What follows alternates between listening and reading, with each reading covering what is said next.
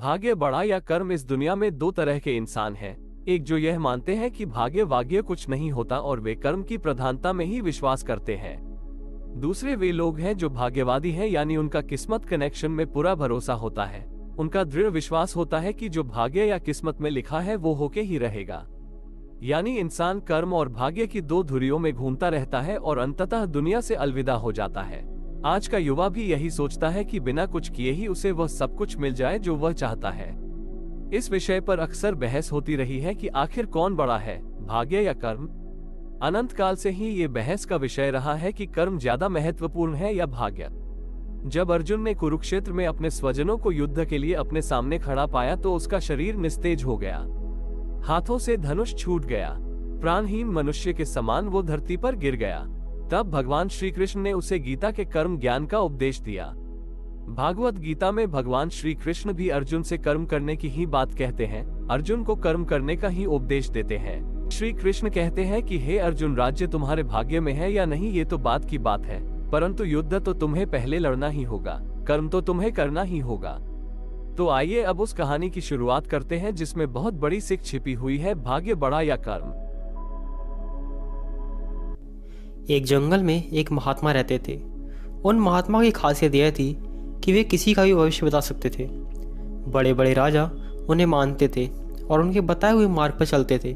उस जंगल के बीचों बीच से एक नदी गुजरती थी और उन महात्मा की कुटिया उस नदी के किनारे पर थी। नदी के दोनों तरफ दो अलग अलग शक्तिशाली राजाओं के साम्राज्य थे। वे दोनों ही राजा उस महात्मा को बहुत मानते थे। वे दोनों जब भी कोई बड़ा कार्य करते थे तो उन महात्मा से सलाह लेने के लिए अवश्य आते थे। एक दिन इन दोनों राजाओं में किसी बात पर कहासुनी हो गई। बात इतनी बढ़ गई कि नौबत युद्ध पर आ गई। युद्ध की तारीख और समय ये दोनों तय कर दिया गया। पर जैसा कि दोनों राजाओं का नियम था कि जब भी कोई बड़ा कार्य करते थे तो वे दोनों उन महात्मा की सलाह जरूर लेते थे।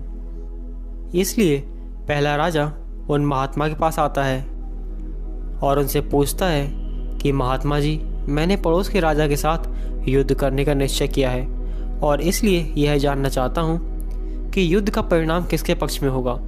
वे महात्मा कहते हैं कि यदि तुमने युद्ध किया तो तुम्हारी हार निश्चित है।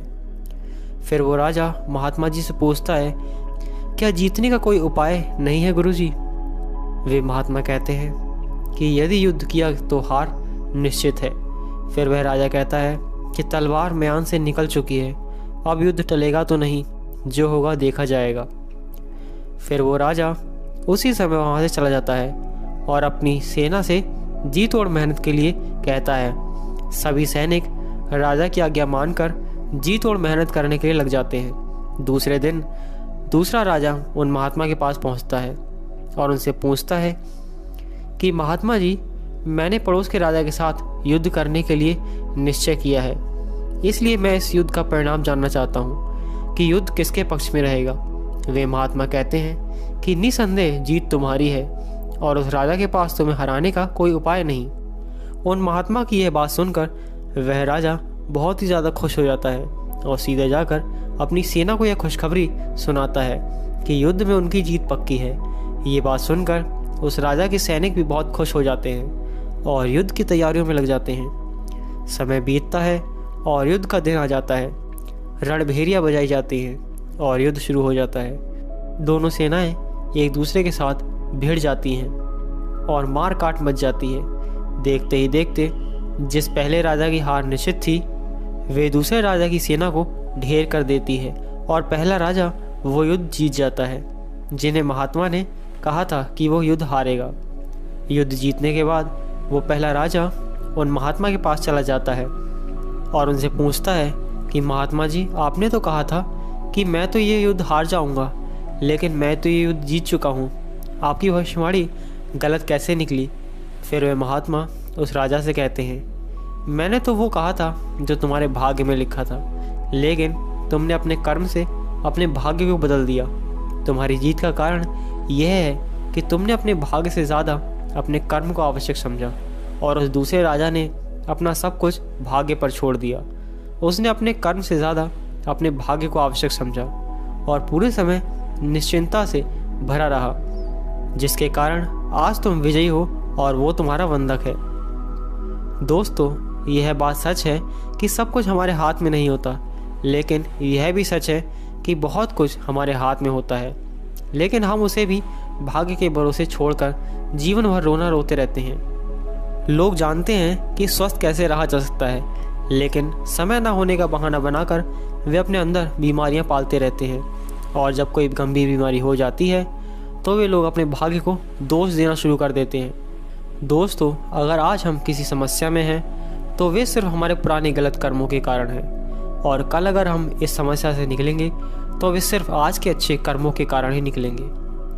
दोस्तों, अगर आज आप कुछ नहीं करते तो कुछ तो होगा ही, और वो आपका भाग्य है। और अगर आप आज अपनी बुद्धि का इस्तेमाल करके वो करते हैं जो आप करना चाहते हैं तो वो आपका कर्म है। तो ये आपके ऊपर है कि आपको कुछ करना है या अपने भाग्य के भरोसे बैठे रहना है। यह प्रश्न आवश्यक नहीं है कि भाग्य पहले से लिखा हुआ है या नहीं, बल्कि आवश्यक सवाल यह है कि क्या हम उन चीज़ों को भी भाग्य के भरोसे छोड़ रहे हैं जिन्हें हम बदल सकते हैं। तो दोस्तों, आपको कैसी लगी आज की कहानी नीचे कमेंट करके ज़रूर बताएं, और वीडियो पसंद आई हो तो वीडियो को लाइक करें और चैनल को सब्सक्राइब करें। तो चलिए मिलते हैं एक और ज्ञानवर्धक कहानी में। तब तक के लिए देखते रहिए रोज़ इंस्पायर्ड।